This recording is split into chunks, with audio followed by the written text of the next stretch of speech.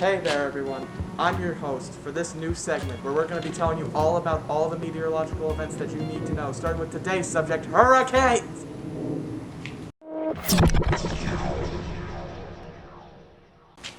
Yeah, jeez. Now, a hurricane, or a tropical cyclone as it's sometimes called, is a type of storm that deals massive damage to an area, and it's usually formed above the Atlantic Basin, which includes the Gulf of Mexico. As I said though, they're pretty dangerous, so if you ever get a hurricane warning, stay inside and stay safe because you don't want to get hit by a... That works. Okay. Now, if you wanted to form your own hurricane, you need to first live out on the sea, and second, need winds up to 74 miles per hour. Really strong winds, huh? Isn't that cool?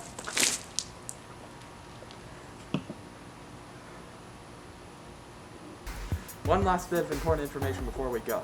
Most hurricanes actually come during the end of summer. Yeah, I know. Didn't think hurricanes would have a schedule, huh? This schedule is called a hurricane season. And it goes from June 1st to November 30th. Well, I think we've said everything that needs to be said. So until next time, I'm Meteor Master. Got you that time! Bet you didn't think that would work, you...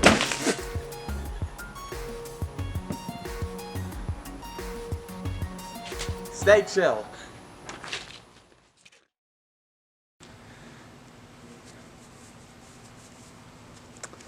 One step closer. Oh, shoot. Hey everyone, welcome back to WeatherWatch with your host, Meteor Master. And today, we're going to be talking about the second scariest weather-related thing you can this Halloween. The moon! What the... No! Wrong video!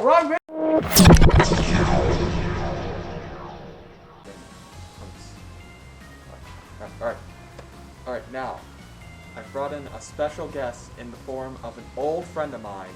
Everyone, I want you to meet Skeleton. He's actually the one who recommended I make this video, so yeah, I figured this is the best I could do for him. Now, let's get back to the main stuff. Now, the moon, it seems pretty simple, yeah? It's a big floating rock that orbits around the Earth, and all that junk. Skeleton, you take over from here. You know about more of this thing. Thank you. The gravity of the moon pulls at the ocean, which will create the tides that affect the weather of an area. The moon doesn't get weather or an atmosphere of its own, though, so it sucks to live there. I forgot. I need to go home. No, wait. At least he left me with the easy part to do. Last but not least, the moon has a period of time every month where different parts of it are illuminated by the sun. And these parts include the waxing gibbous, the first quarter, the waxing crescent, the new moon, the waning crescent, the last quarter, the waning gibbous, and the full moon. Oh hey, look at that. It's a full moon. You know, I tend not to dwell on this type of stuff and bring it up during the show, but I feel like this is very important to tell. No, there's nothing that comes out at the night. There's no zombies, there's no vampires, and there's definitely no werewolves. I mean, we're sitting ducks for a werewolf right now, aren't we? If a werewolf was real, wouldn't we have to... What is that? Stay chill, guys. This bloody thing won't stay on. Are we good? Okay, we're good. Alright. Hello, everyone. Welcome back to WeatherWatch with your host, Meteor Master. Happy Halloween. And for Halloween, we're talking about the scariest, spookiest, weather-related thing that I can think of. Fog. I don't know how much time we have before all of this fog disappears, so let's just get into it. Now, fog is actually a type of cloud that stays on the ground rather than going up into the sky. But we're actually able to see it because of water droplets that, condense and all that. It also needs to be really humid for it to, form. Before we move on, I need to clarify something. Fog is not mist. It is thicker, bigger, and denser than mist.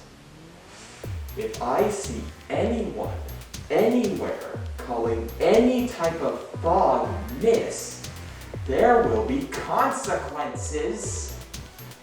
Oh, of course, fog has several different variations, so let's get into them. First up, we got radiation fog, also known as ground fog, which is the type of fog you'll see in the morning. It's actually formed in the evening first, from the heat radiating into the air. Then there's advection, which is when warm air goes onto a cool surface. You'll find this one in the Pacific Ocean. Then we have valley fogs, which form during the winter in valleys. It's the result of mountains trapping dense air in between them. 60 people actually died because of this in Moose Valley, Belgium. And finally, we've got winter fog, which is when cold air gets on solid surfaces. Whenever this goes, you're going to see a layer of frost on everything. You're going to find this in cold and moist places like Antarctica or Scandinavia. Alright, I believe we have covered everything there is about fog. But I will say, the spookiest thing about fog is what you can't see.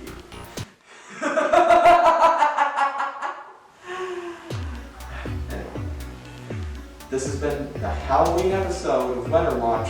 I'm Meteor Master, and until next time, stay... Is this fog rising? Ow! That hurt. Where am I? Oh well, probably just fell into a haunted house. It happens. As I was saying, I'm Meteor Master, and stay chill! Find the exit in this place.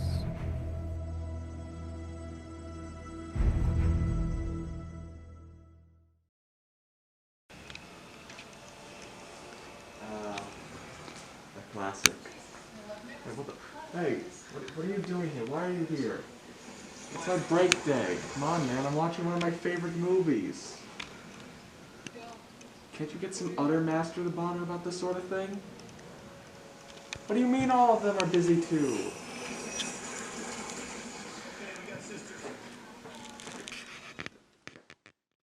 Alright, fine. I'll do an extra WeatherWatch. Come on, let's go.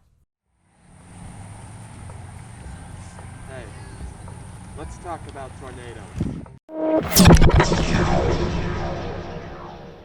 Now, tornadoes are massive and violent winds that spawn from thunderstorms. And they actually create that iconic twisting look by picking up droplets, dust, and all sorts of debris.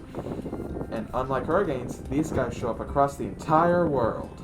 Places like Europe, Asia, South America, New Zealand, all good places for a tornado to show up. That doesn't mean the US is safe though. In fact, enough of the nation has gotten tornadoes to the point where it can be called Tornado Alley. Where is Tornado Alley, you may ask? Depends on where you look. It actually changes because of how many different ways there are to measure tornadoes. Whether by how super violent they are, or how many go in a single area, or so many options, and we just do not have the time to check them all out. Now, of course, we've got two types to go through, but just two. Isn't that a relief? But back on track. Now we've got two types of tornadoes, the supercell tornadoes and the non-supercell tornadoes. Supercell tornadoes are the most common, you've probably seen them all before. The main idea is that it's created from something called wind shear, two winds that blow in different directions or speeds. And then there's non-supercell tornadoes, which are weaker than supercell tornadoes and are not made with wind shears. There's two ways to make them, landspouts and waterspouts. Landspouts are made by blowing on the ground and without enough draft. Waterspouts are made the exact same way, but they're all modern. We're out of time. Alright, that's all the time we have on WeatherWatch. I'm Meteor Master. Stay tuned for that tornado watch. And stay chill. Alright, time to go home and chill. Hey, where are you? Hey.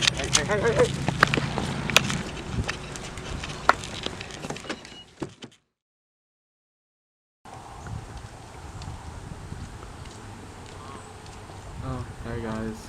Nice to see you again. Guess you know what time it is.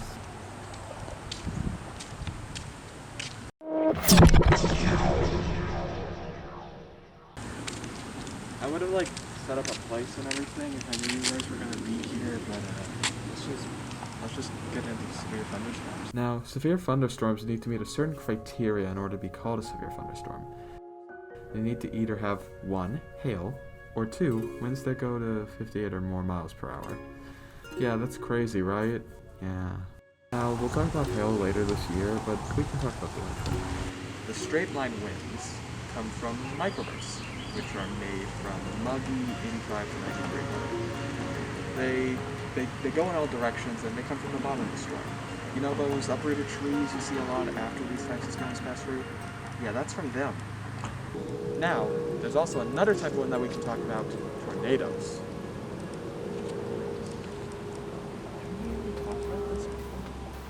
No. Anyway, tornadoes come from severe thunderstorms, and they can cause great amounts of damage. We'll be talking about those in December, so you don't need to worry about them. Now, there's also the amounts of heavy rain that can come from this, which of course will cause flooding. Finally, lightning, which is lightning. You know, talking about all of this has made me feel a lot better. I don't even remember why I was sad to begin with. I think I'm gonna go home and enjoy a nice relaxing break there, actually. Until next time, this has been WeatherWatch. I'm Meteor Master, and stay chill!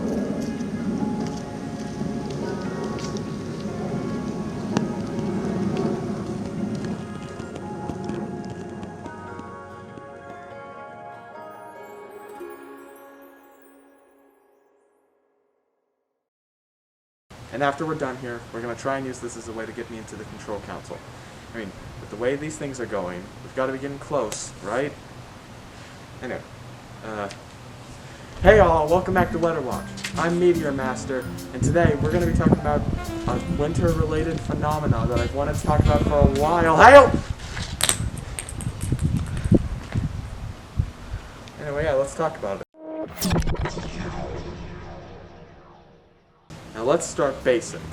Hail is formed by thunderstorm updrafts when raindrops are carried too high up and they freeze, and they fall when either it gets too heavy or when the thunderstorm is starting to get weak. Hail is pretty deadly, but it isn't always deadly. Now let's get specific. Now, the specific degrees for Fahrenheit kind of changes, but you need at least negative 40 degrees Fahrenheit. Pretty bloody cold. I'd like it. And then, there's a really deadly other factor, speed. Now, hail can actually go from 44 to 77 miles per hour. Oh, jeez, God! Oh. Are we safe? Clear? Okay. Let's finish this. Now, where does hail usually go? Well, despite what you think, it is in Florida. They actually more commonly show up in places like Wyoming, Colorado, and Nebraska. They can also show up in places like China, Russia, Italy. Yeah, that's a good example. They can also show up in these horrible things called hail swaths, which are massive hail piles, which, you know, kind of... Ow! Oh, jeez! Alright, that covers everything we needed to cover. This has been WeatherWatch. I'm Meteor Master, and stay chill! Alright, now let's send this video off.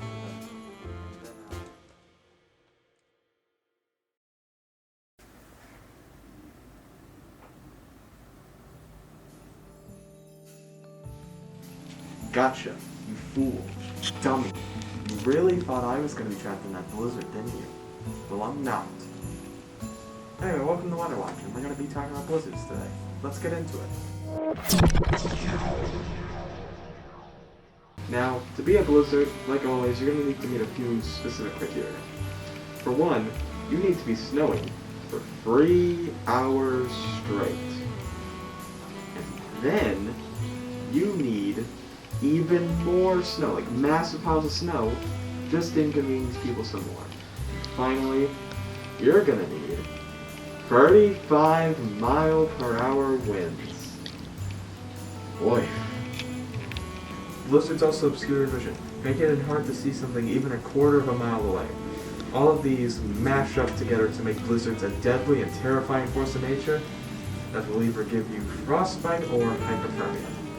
And no, you cannot just drive through it, because the second you try and leave your driveway, BAM! Look at all that snow. You can't even leave your driveway, dummy idiot. Where do blizzards usually occur? Well, they actually show up all over the upper Midwest and the Great Plains of the U.S., but they do show up all over the world. Who are you? Are those my gloves? Hey man, sorry man, but you didn't make it in. What? No, you can't be serious. I did everything they wanted. I got the amount of experience I needed. What could I have done wrong? You just didn't make the cut, man. They also sent a gift.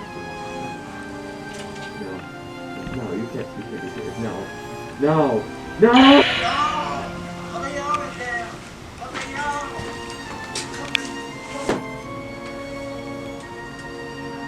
That's it for this episode of WeatherWatch. Merry Christmas!